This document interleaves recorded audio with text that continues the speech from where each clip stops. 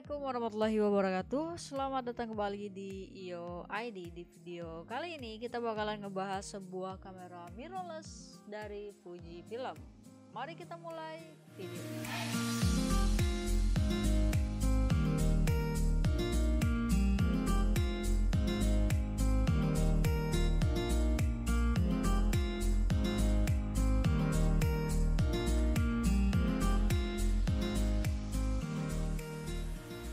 Oke, ini adalah Fuji Film X-A3 di mana kamera ini sudah rilis sekitar 4 tahun lalu, tepatnya 2016. Waktu pertama kali dirilis harganya sekitar 8 jutaan. Nah, sekarang harganya udah sekitar 6 jutaan untuk barunya. Bahkan untuk harga secondnya, kamu udah bisa beli kamera ini di harga 3 jutaan ya, tergantung dengan kondisi dan kelengkapan dari kameranya itu sendiri. Oke, lalu sekarang kenapa kita harus bahas kamera ini di tahun 2020? Kamu harus tahu apa aja yang kamu dapatkan jika kamu ngebeli kamera ini dengan harga 3 jutaan. Kira-kira masih worth it nggak untuk tahun 2020 ini? Langsung aja kita mulai. Pertama, hal yang paling saya suka dari kamera ini dulu ya, desainnya yang klasik banget. Desainnya retro klasik kayak gini, kamu bisa beli dengan harga 3 juta itu rasanya kayak gimana ya? Kayak Sultan ya, tapi kere hore kayak gitu. Jadi enak banget dilihat, desainnya udah kayak mewah kayak gitu, apalagi kalau body kameranya masih mulus ya, oke banget lah dibandingkan dengan kamera mirrorless kayak Canon M10 atau M100 itu kan desainnya biasa aja. Lalu ke poin selanjutnya, ada flip screen di sini. Kamu udah bisa dapatin kamera dengan flip screen 180 derajat kayak gini. Gimana? Oke enggak? Kalau kamu suka selfie ini pasti jauh lebih enak atau lebih oke dibandingkan tidak bisa di flip sama sekali. Sekarang poin selanjutnya, dia udah touchscreen. Oke, kayak gini touchscreen. Dan sistem touchscreennya ada pilihan juga, mulai dari bentar ya. Mulai dari shot, kita cek dulu. Shot, jadi kalau shot itu adalah langsung ngambil nge-shoot foto langsung di touch kayak gini. Oke. Oke. Selain kita nge-shoot, kita juga bisa menentukan titik fokus langsung dari screen-nya atau langsung dari touch screen-nya kayak gini. Lalu bisa kita matikan juga sampai ada pilihan untuk areanya juga. Nah, oke, sekarang kita ke poin selanjutnya yang saya suka dari kamera ini adalah knob-knob di kamera ini atau roda-roda putarnya itu enak banget kita putar kayak gini.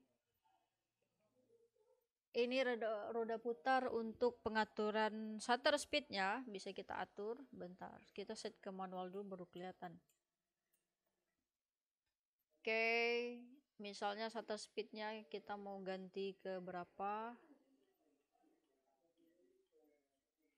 Oke, kayak gini.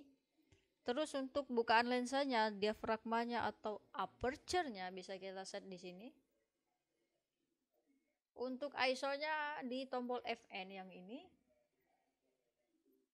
Tapi sebenarnya tombol Fn ini juga bisa kita ganti fungsinya, namanya juga tombol fungsi ya. Sekarang kita beralih ke lensa bawaan yang dibawa oleh kamera ini. Lensa bawaannya itu 1650. Dimana lensanya ini udah cukup banget untuk kamu yang ngejepret kayak gitu, untuk kebutuhan hari-hari sehari-hari kayak gitu enak banget. Putaran lensanya atau ringnya diputarnya itu enak banget untuk zoom in dan zoom outnya. Selain itu juga untuk fokusnya juga enak banget, ringnya itu nggak ada suaranya sama sekali, ini bener-bener silent. Kalau di Canon itu kan ada namanya ISSTM lah, kayak gitulah pokoknya. Dan paling penting juga ini lensa bawaannya bisa ngambil foto dengan jaraknya cukup dekat sekitar 7 sentian.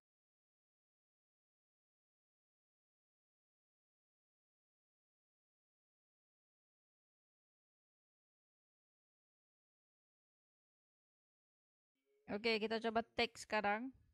Kayaknya nggak fokus, Pak. Mundurin dikit. Oke. Nah, bisa dapat fokusnya sedekat itu. Jadi kalau misalnya di handphone zaman sekarang ada fitur kamera yang kayak makro, ya kurang lebih Fuji X-A3 ini juga punya fitur kayak gitu. Lalu hal yang paling mendukung atau menyenangkan banget untuk kamu yang suka traveling tentunya adalah portabilitas. Oke, kita matiin dulu kameranya. Portabilitasnya di sini adalah kameranya udah bisa langsung kita charge ke body dari kameranya sendiri. Nah, ini ada port buat ngecas. Pakai casan yang kayaknya ini 1 ampere ya. Selain itu kita juga bisa mentransfer foto menggunakan fitur WiFi yang ada di kamera ini. Caranya mudah banget. Kamu tekan tombol yang ada icon apa nih, gambar preview kayak gitu. Kita tekan terus pilih foto yang mau kita kirim. Lalu tekan tombol FN lagi ini. Setelah kita tekan langsung udah nyala hotspot dari kameranya dan kamu silahkan cari di handphone kamu WiFi dari kamera ini namanya Fujifilm X-A3 0243. Nah, tapi kamu harus download tentunya dulu aplikasi Fujifilm kamera di App Store dan Play Store. Sekarang kita bahas mode-modenya. Nah, karena kamera ini lebih cenderung kalau menurut saya ke fotografi ya, banyak banget mode buat fotografinya. Mulai dari SR, ada SR Plus. Nih, mode SR Plus. Mode yang menurut saya ini mode yang keren banget. Dia bisa ngedeteksi scene yang ada di depannya, misalnya kayak makro, kayak orang bisa kita foto. Misalnya ada orang, ini kalau zoomnya dekat dia bakalan otomatis ngedeteknya makro kayak gitu. Lalu ada foto untuk para pencinta sosial media, mungkin bagi kamu yang suka banget sosial media, di sini ada mode portrait nih, portrait enhancer, di mana di sini ada level beauty-nya. Jadi kamu bisa make up-an langsung dari kamera ini. Levelnya ada 1 sampai 3, bikin wajah kamu semakin kinclong dan mulus. Selain itu juga ada mode SP. Yang saya suka dari mode SP ini, kita bisa memfoto tulisan jadi lebih apa ya, dia bisa langsung ngedetek oh ini tulisan gitu, jadi kayak scanner lah kayak gitu. Lalu gimana dengan ketahanan baterainya? Baterainya sekitar 1200 apa 1000. Oke, baterainya. Nah, ini dia baterainya. Baterainya ada di 1200 mAh. Dia bisa ngejepret foto sampai dengan 410 jepretan. Masih kurang? Ya, saya nggak tahu juga. Kalau kamu udah foto sampai 400 masih kurang, ya ampun. Kamu bisa nambahin lagi. Atau kamu bisa bawa power bank biar kamu bisa tetap jepret-jepret sesuka kamu. Lalu hal terakhir yang saya suka dari kamera ini dan harus kamu tahu, dia bisa atau dia punya mode timer yang beda dari kamera lain. Nah, di sini ada timernya. Timernya itu bisa dipilih di masing-masing modenya beda ya.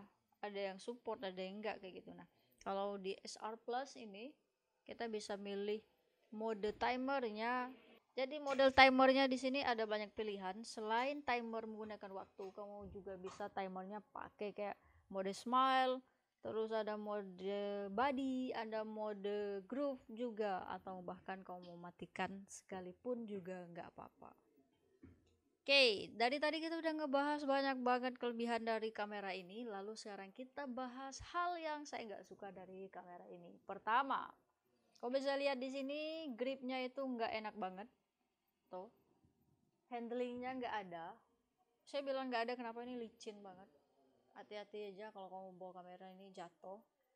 Ya, kamu harus pakai strap tangan atau kalau nggak tambah grip, ditambahin grip tambahan di kamera ini biar nggak licin kayak gitu. Lalu sistem flip screen-nya yang ribet ya. Kenapa ribet? Kita flip biasanya kan kayak gini ya. Udah di flip sekarang. Tapi kalau bisa lihat di sini tulisannya itu masih kebalik, masih menghadap ke bawah sana. Nah, caranya kita kan harus tarik dia ke atas gini lagi baru tulisannya tuh bener ya. Nah, atau kalau enggak kamu harus gini nih. Oke. Saya biasanya kayak gini nih, ditarik flip screen-nya atau screen LCD-nya kita tarik ke bawah dulu. Udah ditarik kayak gini, baru kita flipkan dia ke depan, langsung jos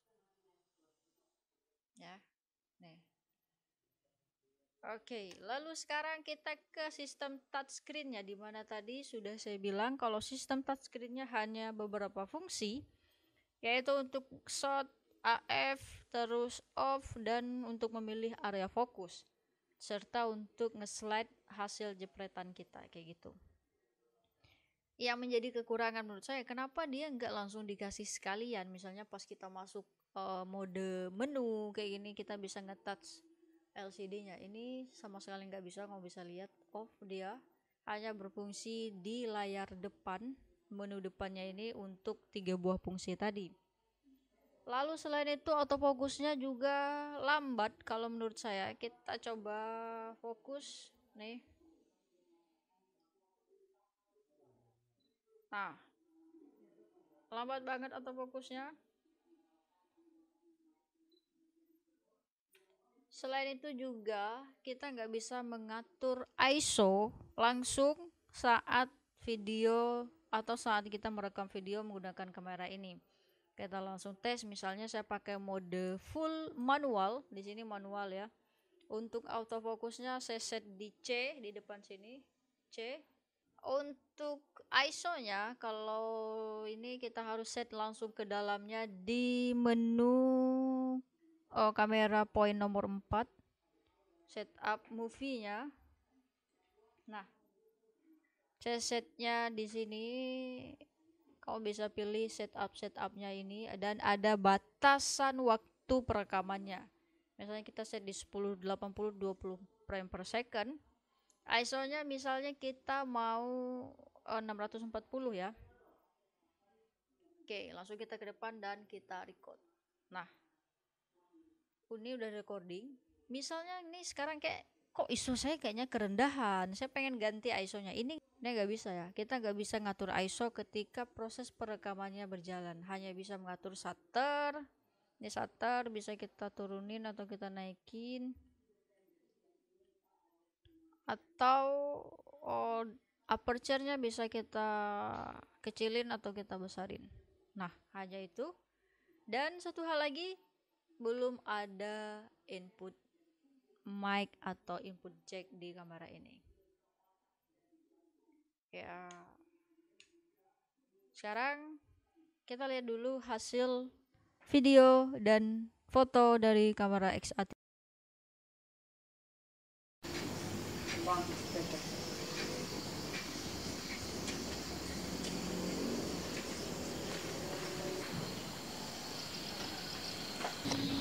Apa? Mau minta mantap saya ada itu. Apa? Sama.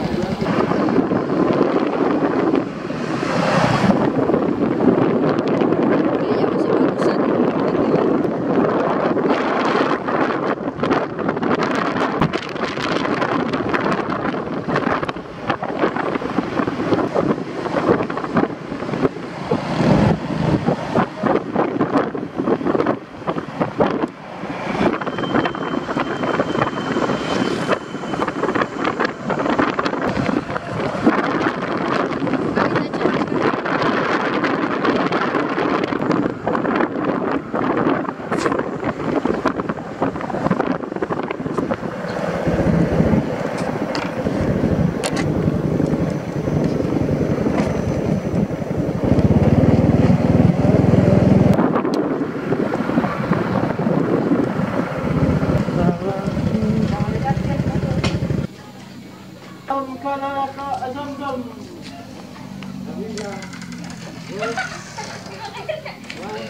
Takut nyamuk aja.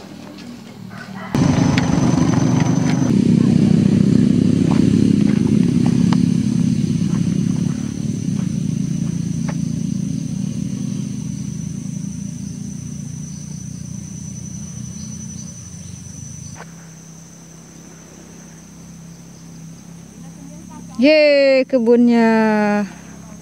Ini kebun singkong.